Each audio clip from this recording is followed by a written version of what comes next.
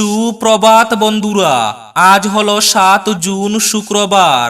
আজকের সকালের বিশেষ বিশেষ খবরগুলি হলো: আগামী রবিবার নরেন্দ্র মোদীর নতুন করে শপথ গ্রহণের আগে হাহাকার লেগেই রয়েছে বিজেপিতে। এবার উত্তরপ্রদেশের বিজেপির সভাপতি চৌধুরী ভূপেন্দ্র সিংয়ের পদত্যাগ। সভাপতির পদ ত্যাগ করে কেন্দ্রীয় সভাপতি জেপি নাড্ডাকে পদত্যাগপত্র প্রেরণ। এদিকে এনডিএ সরকার গঠনের আগে দাবি বাড়ছে নীতিশ নাইডুদের। বিশেষ প্যাকেজ সহ বড় মন্ত্রক। নীতিশ নাইডুদের আবদারে কপালে চিন্তার বাজ বিজেপি নেতৃত্বের। বিস্তারিত থাকবে প্রতিবেদনে। পঞ্চায়েত ভোটে নভেম্বরের আগে ব্লকের সীমানা পুনর্নির্ধারণ। সব পরিবারে অরুণোদয় প্রকল্প। এদিকে আগামী 15 আগস্টের মধ্যে মাধ্যমিক উচ্চ মাধ্যমিক উত্তীর্ণ ছাত্রীদের এককালীন টাকা। সেপ্টেম্বর মাসে 30,000 বেকার যুবক যুবতীকে ঋণের প্রথম কিস্তির 1 লক্ষ টাকা। কয়েকটি বড় ঘোষণা মুখ্যমন্ত্রী ডক্টর হিমন্ত বিশ্ব শর্মার। বিস্তারিত থাকবে প্রতিবেদনে। উপনির্বাচন হবে পুরনো বিধানসভা কেন্দ্রে। পদ্মেই বীরসেন উত্তর করিমগঞ্জের বিধায়ক। রেকর্ড ভোটে জয়ী হব বললেন বিধায়ক কমলাক্ষ দে পুরকায়স্থ। শিলচর সদরঘাটের নতুন সেতুতে কন্টেনারের চাকায় পিষ্ট রংপুরের এক সবজি বিক্রেতা। সোনাবাড়ি ঘাটে এক চাঞ্চল্যকর ঘটনা। নিজের বাসগৃহে থেকে গলায় ওড়না দিয়ে নিজেকে শেষ করলেন এক যুবতী। তীব্র চাঞ্চল্য। 2026 রাজ্যের বিধানসভা নির্বাচনে গৌরব গগৈ ফ্যাক্টর মানলেন মুখ্যমন্ত্রী ডক্টর হিমন্ত বিশ্ব শর্মাও। শিলচর কাছাড় জেলায়ও আজ থেকে আগের সময়সূচিতে স্কুল শুরু। ভয়ঙ্কর ঘটনা। জিরিবামের ফাইজল পুঞ্জির পাশে ব্যবসায়ীর গলাকাটা লাশ উদ্ধার। থমথমে পরিস্থিতি। নিজের ঘরবাড়ি ছেড়ে পালাচ্ছেন মানুষ। টুইটুম্বুর মহিষাবিলের ঠেলায় জলবন্দী বহু মানুষ। শিলচর বেতুকান্দি স্লুইস গেটের বন্ধ করে রাখা শাটারের নিচের অংশ খুললেন ডুবুরিরা। আবার ভয়ঙ্কর রূপ নিয়েছে শিলচর জয়ন্তিয়া সড়ক। ঝুঁকি নিয়ে চলছেন গাড়ি চালকরা। মিলে গেল জ্যোতিষী বিধায়ক সুজামের ভবিষ্যদ্বাণী। মৃত্যু ঘণ্টা AIUDF এর। শুরু হয়েছে হাইলাকান্দির তসলাবাদের মেরামতির কাজ। শীঘ্রই শুরু হচ্ছে রতনপুর ও মোহনপুরের কাটাখালের নদীবাঁধ মেরামতির কাজ। এবং থাকবে আজকের বরাক উপত্যকার 3 জেলার আবহাওয়ার খবর। তাহলে বিস্তারিত খবরে যাওয়ার আগে অবশ্যই ভিডিওটিতে একটি লাইক করে চ্যানেলটি সাবস্ক্রাইব করে পাশের বেল আইকনটি বাজিয়ে রাখবেন এবং ফেসবুক পেজটি ফলো করে ভিডিওটি অবশ্যই শেয়ার করবেন যাতে সঠিক তথ্যগুলো সবার কাছে পৌঁছাতে পারে। এবার শুনুন আজকের খবরগুলির বিস্তারিত। প্রথম খবর, আগামী রবিবার প্রধানমন্ত্রী হিসাবে নতুন করে শপথ গ্রহণের আগে বিজেপিতে হাহাকার লেগেই রয়েছে। এবার উত্তরপ্রদেশের বিজেপির সভাপতি চৌধুরী ভূপেন্দ্র সিংয়ের পদত্যাগ। বিজেপির কেন্দ্রীয় সভাপতি জেপি নাড্ডাকে প্রেরণ করা হয়েছে পদত্যাগপত্র। লোকসভা নির্বাচনে শোচনীয় প্রদর্শন হয়েছিল উত্তরপ্রদেশে। পরাজয়ের নৈতিক দায়িত্ব স্বীকার করে দাখিল করেছেন পদত্যাগপত্র। এর সঙ্গে সঙ্গে এখন হাহাকার লেগেছে উত্তরপ্রদেশের বিজেপিতে। এদিকে এনডিএ জোটের সরকার গঠনে দাবি বাড়ছে নীতিশ নাইডুদের। বিশেষ প্যাকেজ সহ বড় মন্ত্রক। নীতিশ নাইডুদের আবদারে কপালে চিন্তার বাজ বিজেপি নেতৃত্বের। লোকসভার অধ্যক্ষের পদের দাবিতে অনড় টিডিপি। পাশাপাশি আরও 8টি গুরুত্বপূর্ণ মন্ত্রক চাইছে টিডিপি। এর মধ্যে রয়েছে নীতিন গডকরির সড়ক পরিবহন মন্ত্রক। এছাড়া কৃষি, শিক্ষা, স্বাস্থ্য, তথ্য প্রযুক্তি, গ্রাম উন্নয়ন এবং নগর উন্নয়নের মতো মন্ত্রক চাইছে টিডিপি। এছাড়া অর্থ দফতরের একটি রাষ্ট্রমন্ত্রী পদও চেয়েছে তারা। টিডিপির জেনারেল সেক্রেটারি তথা তার ছেলে নাডা লোকেশকে গুরুত্বপূর্ণ কেন্দ্রীয় মন্ত্রী করার শর্ত দিয়েছেন চন্দ্রবাবু। এছাড়া কেন্দ্রে বিজেপিকে সমর্থন দেওয়ার পরিবর্তে অন্ধ্রপ্রদেশের জন্য স্পেশাল প্যাকেজও চেয়েছেন তিনি। অমরাবতীতে রাজধানী শহর নির্মাণের জন্য অতিরিক্ত আর্থিক বরাদ্দ চেয়েছেন তিনি। পোলাবরম প্রকল্পের জন্য অতিরিক্ত আর্থিক বরাদ্দ চেয়েছেন তিনি। এবার নীতিশ কুমারের কথা, জেডিইউ তিনটি মন্ত্রী পদের কমে সন্তুষ্ট হবে না বলে শোনা যাচ্ছে। তারা চাইছে রেল মন্ত্রক, জলশক্তি এবং গ্রামোন্নয়ন মন্ত্রক। এছাড়া নজর রয়েছে নীতিন গডকরির পরিবহন মন্ত্রকের দিকেও। চন্দ্রবাবুর মতোই নীতিশও বিহারের জন্য স্পেশাল প্যাকেজের দাবি করছেন। এছাড়া জেডিইউ চেয়েছে নীতিশকে এনডিএর আহ্বায়ক করা হোক। সেই সঙ্গে জেডিইউ নিশ্চয়তা চেয়েছে আসন্ন বিহার বিধানসভা নির্বাচনে নীতিশ কুমারকেই মুখ্যমন্ত্রী মুখ করে লড়তে হবে বিজেপি তথা এনডিএকে। সোনাবাড়িঘাটে এক চাঞ্চল্যকর ঘটনা। রহস্যজনক কারণে নিজেকে শেষ করে দিল সোনাবাড়িঘাটের এক যুবতী। নিজের বাসগৃহে থেকে গলায় উড়না দিয়ে চরম সিদ্ধান্ত নেওয়া যুবতীর দেহ উদ্ধারে তীব্র চাঞ্চল্য। দিন দুপুরে নিজ বাড়িতেই চরম সিদ্ধান্ত এই যুবতীর। ঘটনার পেছনে পারিবারিক কোনো কলহ নাকি অন্য কিছু তা নিয়ে শুরু হয়েছে নানা জল্পনা। পুলিশ মৃতদেহ উদ্ধার করে ময়না তদন্তের জন্য পাঠিয়ে এই যুবতীর চরম সিদ্ধান্তের কারণ খুঁজতে জোর তদন্ত অব্যাহত রেখেছে। ঘটনার পরই বাড়িতে বীর জমান মানুষ। মাত্র 27 বছর বয়সী যুবতীর এমন কাণ্ড ঘিরে তীব্র চাঞ্চল্য ছড়িয়ে পড়েছে সোনাবাড়িঘাট দ্বিতীয় খণ্ড এলাকায়। মন্ত্রিসভার বৈঠকে মুখ্যমন্ত্রী হিমন্ত বিশ্ব শর্মার বেশ কয়েকটি বড় ঘোষণা।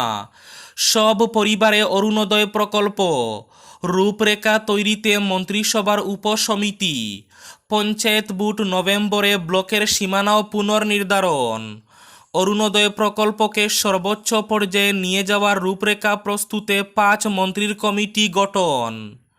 মুখ্যমন্ত্রী হিমন্ত বিশ্ব শর্মা বলেন, বুটের সময় অরুণোদয় প্রকল্পকে সর্বোচ্চ সীমায় নিয়ে যাওয়ার প্রতিশ্রুতি দিয়েছি আমরা, যেখানে রাজ্যের প্রত্যেক পরিবার সেই প্রকল্পের আওতায় আসবে। অরুণোদয় প্রকল্প সেই পর্যায়ে নিতে গেলে কত পরিবার এর আওতায় আসবে, কত টাকা খরচ হবে সেসব খতিয়ে দেখে সরকারকে পরামর্শ দিতে মন্ত্রিসভার উপসমিতি গঠন করে দেওয়া হয়েছে।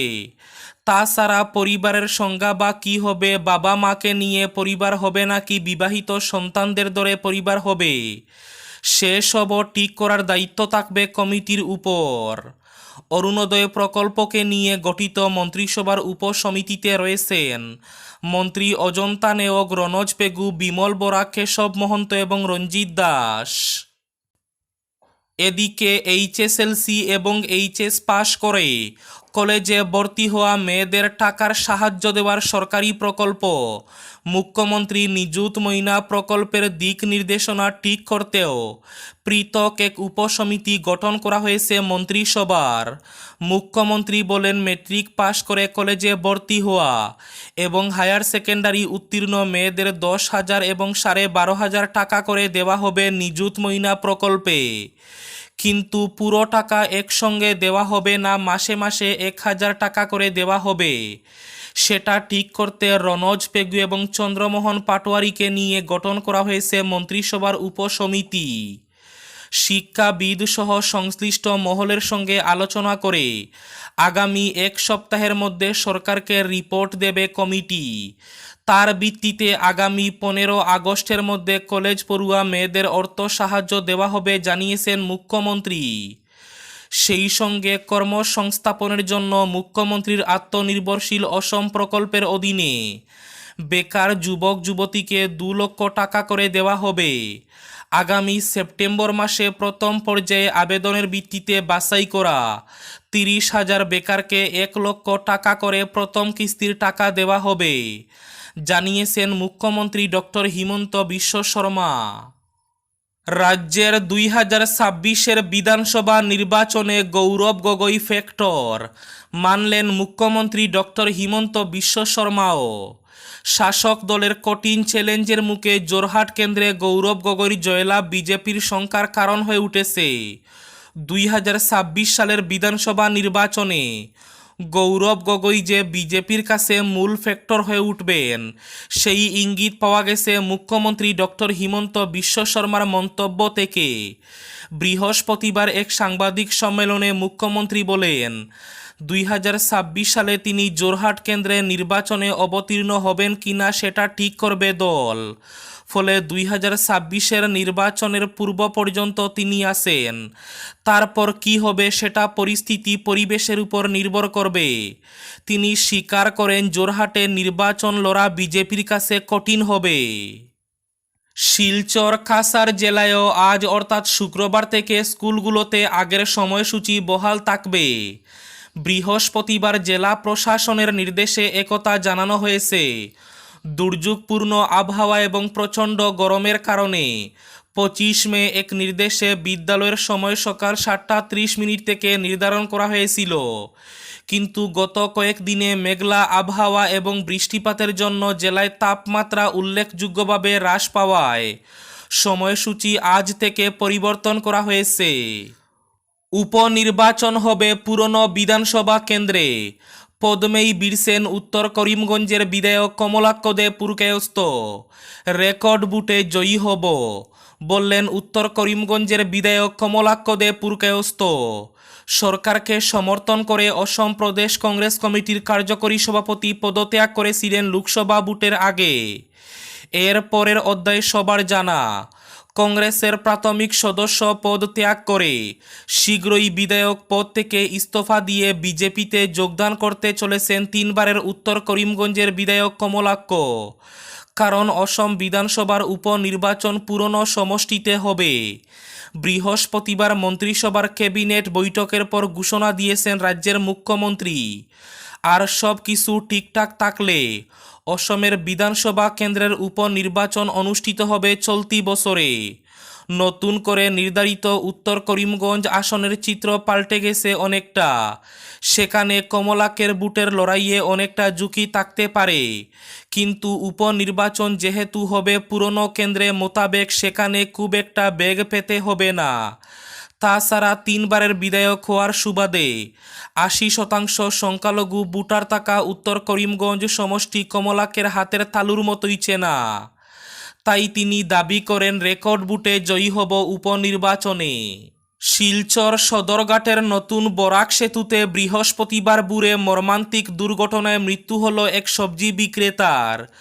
কুরিয়ার এজেন্সির অভিশপ্ত কন্টেনার গাড়ির চাকায় পিষ্ট হয়ে প্রাণ হারালেন সবজি বিক্রেতা সুরেন্দ্রচন্দ্র দাস। তার বাড়ি রংপুর গঙ্গাপাড়া। এদিন ভোর 4:30 নাগাদ ঘটে এই দুর্ঘটনা। ঘাতক কন্টেনার গাড়িটিকে শালচাপড়ায় আটক করেছে পুলিশ। সঙ্গে চালককেও আটক করা হয়।